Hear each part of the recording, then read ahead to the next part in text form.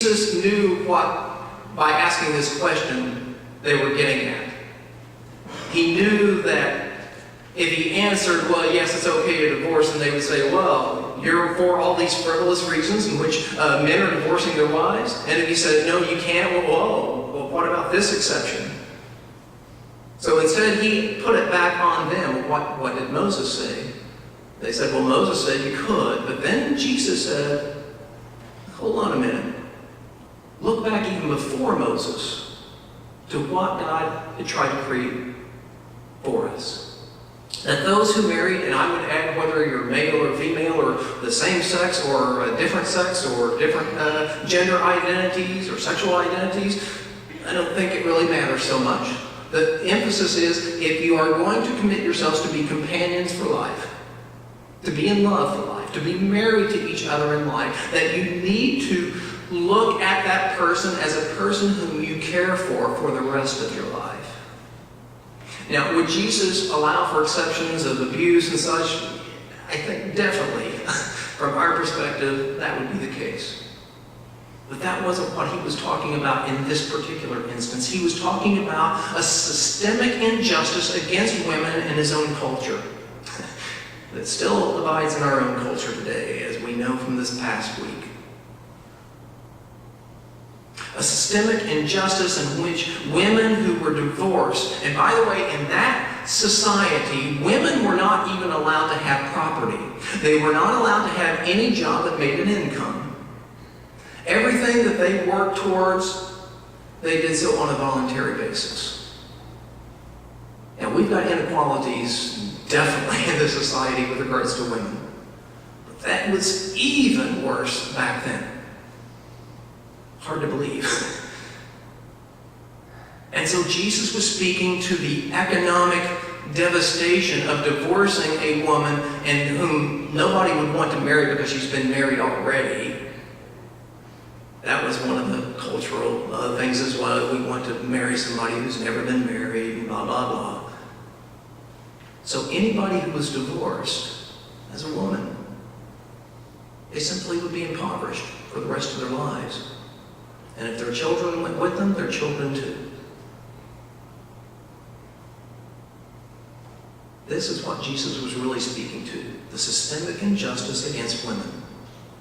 And so Jesus wanted to say clearly, and anybody who's living in that society would know that what he was really saying is women's lives matter.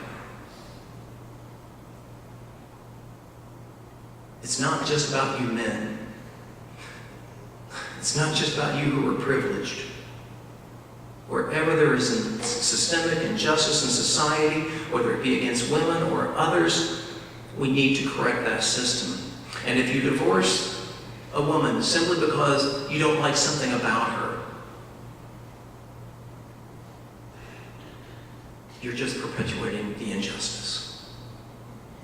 We are made, Jesus wants to say, we are made to care for one another for all of life.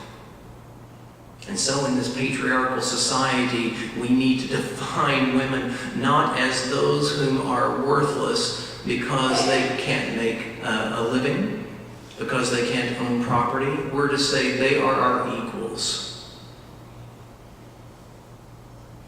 Jesus affirmed this in a time in which patriarchy was at the place where we're kind of going now. But Jesus didn't say that it was just women's lives whose matter. He knew that there was injustice against other people as well, children especially. We see in this instance where Jesus' own disciples, the disciples that he's been with for some time now, probably at least a year or maybe 2 years that he's been with his disciples at this point of Mark's gospel. And children are coming to Jesus and they're wanting to be with him because Jesus cares about everybody, right? In a society in which they see no man coming and treating them like they matter, the children are coming and flocking to Jesus because he thinks they do matter. How often I've seen this myself in our time, that when you pay a little attention to children, They come flocking because they know you care. They know that you want to be a part of their lives and for them to be a part of yours. Jesus' disciples were discouraging the children from coming to seeing Jesus, but Jesus specifically said, no, let them come to me. That's what I want. In fact, he went beyond just saying, let them come to me. He used them as an example to teach his disciples and everyone else around. I want to tell you, if you don't think these children are worth anything, let me tell you this. These children can teach you something about what it is to live in the community of God. They are the ones who really exemplify what it means to live in right relationship with one another. I noticed myself because just recently, and not just recently, but for all my life I've seen this with regards to children. But just recently I had a child whom I'd seen, I think, maybe one time before in my entire life. And I started paying a little attention to this particular child, and all of a sudden she wanted to play. And I played with her. She wanted to dance. I danced with her. She wanted to be lifted up. I lifted her up.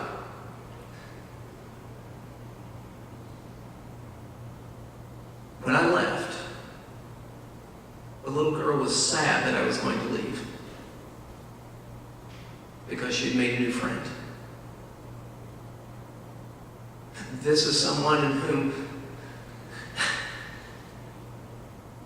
just because somebody was willing to spend some time with her, her love just outpoured. And isn't this what we're supposed to be in this life? To let our love just outpour to each other. Children can teach us so much about what it means to love one another.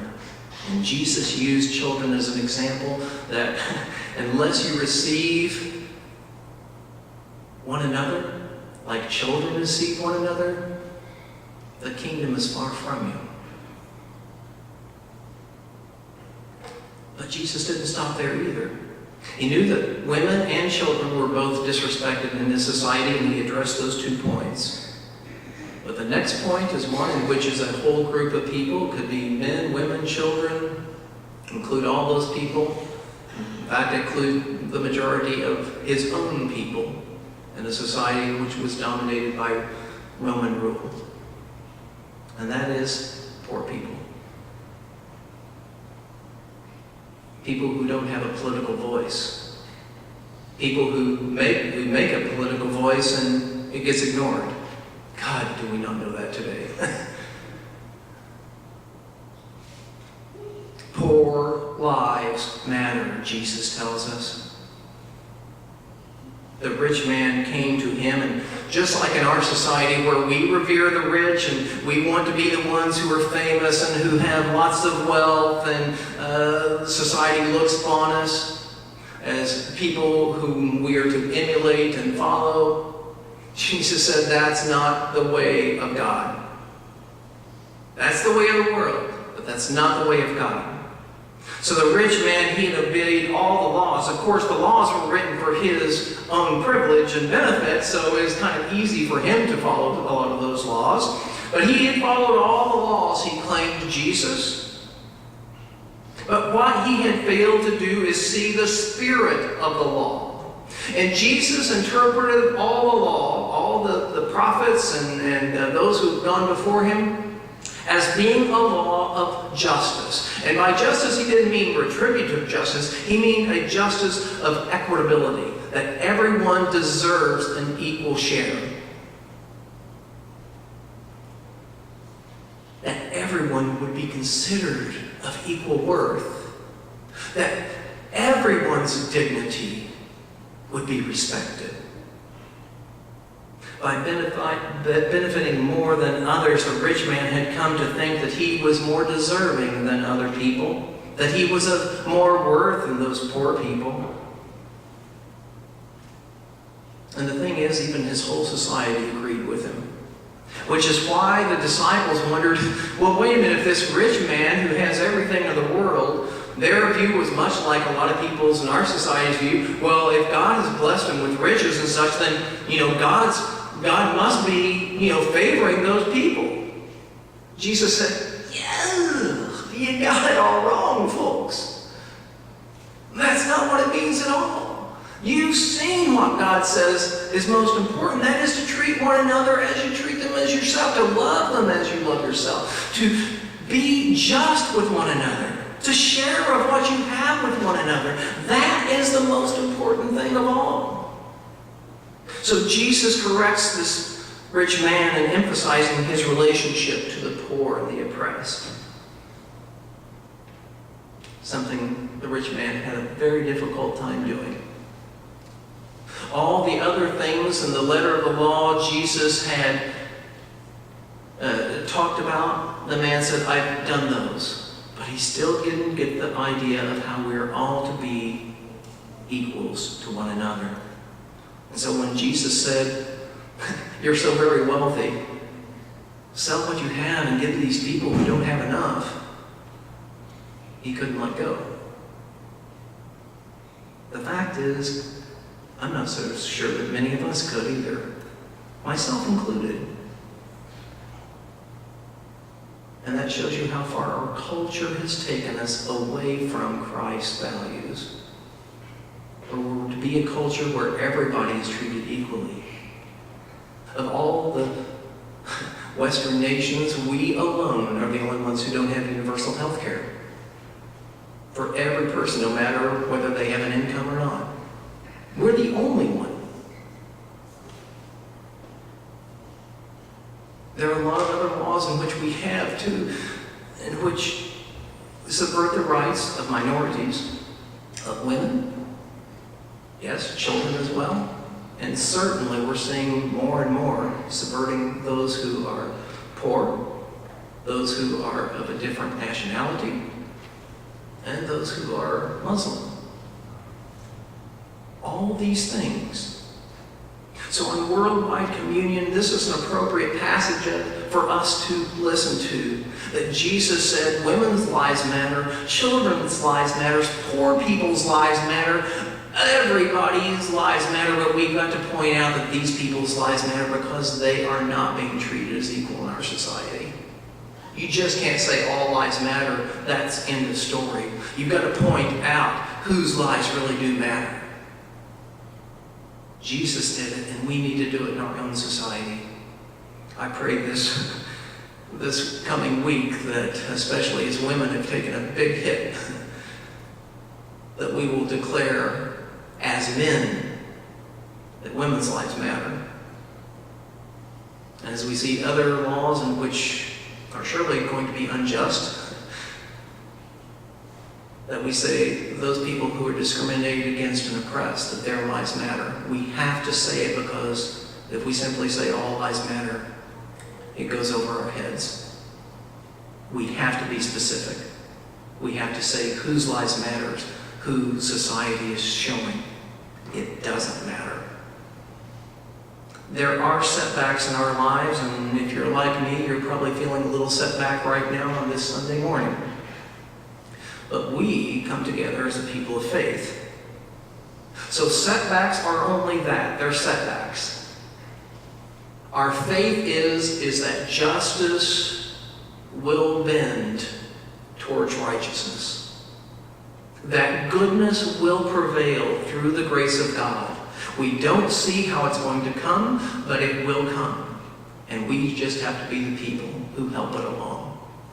God bless us as we stand up to continue to do the things, to say the things, to speak to our legislators about the things that really matter and the people who matter. God bless us.